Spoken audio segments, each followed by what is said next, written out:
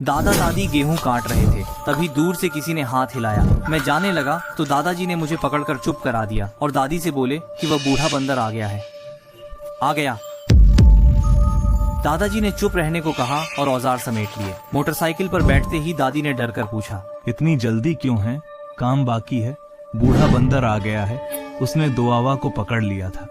वो ले गया। मोटरसाइकिल पर गेहूं की बोरियां थीं। दादी उन पर चढ़ी और दूर खेत देखकर बोली, वह कौन है?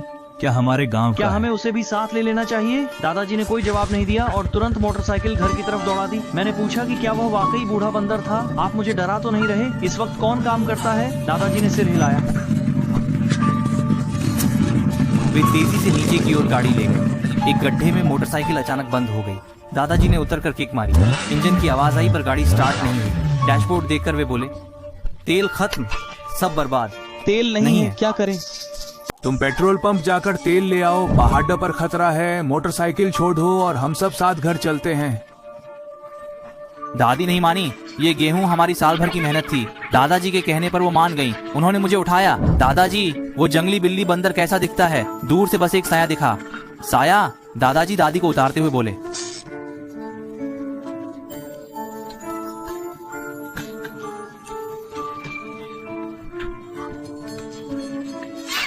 आवाज आते ही जंगल से बंदर जैसी चीख सुनाई दी। क्या वो जंगली बिल्ली बंदर आ गया? टॉर्च जलाकर देखो, दादी ने कहा। नहीं। दादाजी की बातों से एरवा डर गया। दादी मुझे लेकर नीचे चलने लगी। अचानक रुककर उन्होंने डरे हुए चेहरे से जंगल की ओर इशारा किया। एरवा के दादा, क्या वहाँ कोई फांसी पर लटका है? दादाजी ने देखा और कांपते हुए बोले, वो जंगली बिल्ली बंदर है। मैं डर गया कि वो मुझे खा ना ले। दादाजी बोले, उसके हाथ लंबे होते हैं और वो लटकता है। तो अब क्या करें? राजा अभी भी हमारे पास है। चलो यहाँ से भाग चलते हैं। शोर मत करो, वह हमें नहीं देखेगा। जिनियन वुजू ने फुसफुसाया। तो फिर जल्दी से कोई उपाय सोचो। दादाजी ने सोचकर कहा, मैंने सुना है कि ये बंदर सूरज से डरते हैं। मुर्गे की बांग सुनकर उन्हें लगता है सुबह हो गई और वे भाग जाते हैं। दादाजी ने अपनी भारी आवाज में मुर्गे की बांग निकाली। वह साया गायब हो गया। दादाजी ने राहत की सांस ली। वे बहुत चालाक हैं, हमें जल्दी निकलना होगा। धुंध छाने से पहले हमें नीचे उतरना होगा। हमारा गांव चारों तरफ पहाड़ों से घिरा है। सड़क से मोटरसाइकिल पर आधा घंटा लगता है, लेकिन पैदल जाने में 1 घंटे से भी ज्यादा समय लगेगा। दादाजी ने सोचकर कहा, ये बंदर तेज दौड़ते हैं, 1 घंटे में पकड़ लेंगे। मैं तुम्हें छोटे रास्ते से ले चलता हूँ। दादाजी ने हमें साथ लिया। हम चलते रहे। अंधेरा और धुंध बढ़ती गई। गांव नहीं दिखा।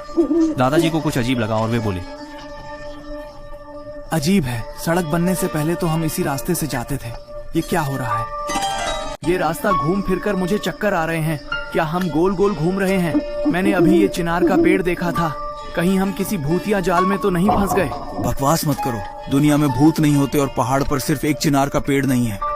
दादाजी ने पत्थर से पेड़ पर 2 निशान बनाए। हम काफी चले। मैं थक कर बैठ गया। दादी ने मुझे उठाया तो उन्हें बिजली का झटका लगा। वो वहीं रुक गईं और मेरे पीछे पेड़ पर बने 2 निशानों को देखकर बोली, सुनो, क्या ये वही 2 निशान नहीं हैं जो तुमने बनाए थे? दादाजी ने पेड़ के पास जाकर देखा तो दंग रह गए। दादी हाँफते हुए और कांपते हुए बोली, हमें इस छोटे रास्ते पर क्यों लाए? बड़े रास्ते से चलते तो घर पहुंच जाते। दादाजी ने सोचा और सिर खुजलाकर कहा, सुना था बंदर चालाक होते हैं, पर इतने? शायद उसने मुझे निशान बनाते देखा और नकल की। दादाजी उलझन में थे, पर मैं समझ गया। दादाजी, क्या वो बंदर हमें देख रहा है? दादाजी ने कहा, हाँ। तो वो हमें खा क्यों नहीं लेता? वो हमें यहाँ घुमा रहा है। वो बस हमें थका देना चाहता है। जब हम में विरोध की ताकत नहीं बचेगी, वे हमें पकड़ लेंगे। दादाजी ने सिगरेट निकाली, जलाई और कश लेने लगे। हम अलग चलें? तुम दोआवा को सड़क से ले जाओ, मैं पगडंडी से उन्हें भटकाता हूँ। नहीं, अगर वे तुम्हें पकड़ लें तो हम क्या करेंगे? साथ चलेंगे, पहाड़ी रास्ते पर चलते हैं, कम से कम रास्ता तो नहीं भटकेंगे। हम वापस लौटे, पर कोहरे के कारण रास्ता नहीं मिला। हम परेशान थे कि तभी अचानक आवाज आई। ट्रैक्टर की गड़गड़ाहट सुनकर दादाजी की आंखें चमक उठीं। आवाज का पीछा करते हुए हम सड़क पर पहुंच गए। दादाजी ने टॉर्च जलाई और उसे हिलाया। ट्रैक्टर रुका। वह हमारे सरपंच का बेटा वांगकाई था। हम ट्रैक्टर पर बैठे। दादाजी ने वांगकाई को सब बताया और चेतावनी देने को कहा। सरपंच पिता को बताने को कहा ताकि गांव वाले बच्चों को बचा सकें। वांगकाई को यकीन नहीं हुआ, पर उसे याद आया कि बच्चे गायब हुए हैं। क्या वे बिल्लियां ले गईं? मुझे गांव वालों को बताना होगा। वांगकाई हमें घर छोड़ गया। दादाजी ने दरवाजा बंद कर लकड़ी से अड़ा दिया। हम अभी अंदर आए ही थे और बैठ भी नहीं पाए थे। बाहर से तेज दस्तक हुई। दादाजी ने कहा, इतनी रात को कौन है? दरवाजा मत खोलना। दस्तक तेज होती गई। दादी ने आंगन में जाकर पूछा, कौन है? बाहर से तेदा दादी की आवाज आई। उन्होंने पूछा, क्या तेदान तुम्हारे घर है? दादी ने राहत की सांस ली। तेदान 3-4 साल का है। वह बाहर खेलता है पर समझदार है। खाने के समय खुद आ जाता है। आज इतनी रात हो गई और वह नहीं लौटा। दादी को लगा कुछ गड़बड़ है। उन्होंने दरवाजा खोला और घबरा कर कहा, तेदान, तेदान, आज खाना नहीं खाया। मैंने पूरा गांव ढूंढ लिया। क्या उसकी माँ शहर से आकर उसे ले गई? तेदा ने सिर हिलाया और रो पड़ी। खाना खाकर एक दरवाजा खटखटाया, बाहर गया और फिर कभी नहीं लौटा। मैंने हर घर में ढूंढा, तालाब और खेतों में भी देखा। उसकी माँ? पूरा गांव ढूंढा। दादाजी ने पैर पटका। ये तो बहुत ही बुरा हो गया। ये सुनकर तेदान की दादी डर के मारे धड़ाम से जमीन पर बैठ गई। उसे बूढ़ी बिल्ली बंदर ले गया। अब क्या करें? तुम घबराओ मत, मैं अभी सरपंच के पास जाकर बात करता हूँ। मैं और बाकी आदमी उसे ढूंढने निकलते हैं। दादाजी गए तो दादी ने दरवाजा बंद कर मुझे अलमारी में छिपाया। वह फावड़ा लिए घबराई बैठी थी। सन्नाटे में मुझे नींद आई। दम घुटने पर मैंने दरवाजा खोल दिया। दादी को घबराते देखा। दादी, क्या बिल्ली बंदर लोगों को खा जाता है? मैंने नहीं देखा। ये सब सुनी सुनाई बातें हैं। कहते हैं कि वह लोगों को सीधे नहीं मारता बल्कि खिलौने की तरह इस्तेमाल करता है। वह अपने लंबे हाथों से उन्हें तड़पा तड़पा कर मारता है और फिर खाता है। छत पर भारी कदमों की आवाज आई। खपरेल टूट रही थी। सन्नाटे में ये साफ था। दादी ने ऊपर देखा और कहा, गड़बड़ हो गई। क्या बिल्ली बंदर दीवार चढ़ सकता है? क्या वह छत पर है? बोलते हुए उसका चेहरा और बिगड़ गया। वह कांपने लगी। वह बूढ़ा आदमी इतनी देर से बाहर क्यों है? दादी, क्या वह मुझे ले जाएगा? डरो मत, जरूरी नहीं कि वह वहीं हो। दादी ने लाइट बंद की। अंधेरा छा गया और कदम रुक गए, जैसे कोई जोर से पैर पटक रहा हो। गांव की पुरानी खपरेल एक कदम से ही टूट जाती थी।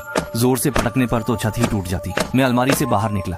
मैं अलमारी से निकल दादी से लिपट गई। दादी बिस्तर के पास जाकर चादर हटाई और नीचे से एक पुरानी बंदूक निकाली। ये तुम्हारे परदादा की है, आज काम आएगी। अगर वह तुम्हें पकड़ देने नीचे आया, मैं उसे गोली मार दूंगी। दादी के हाथ कांप रहे थे। बंदूक लोड नहीं हुई। यह पुरानी है, चल नहीं रही। छत पर आवाज तेज हो गई। एक जोरदार धमाका हुआ और फूस नीचे गिर गई।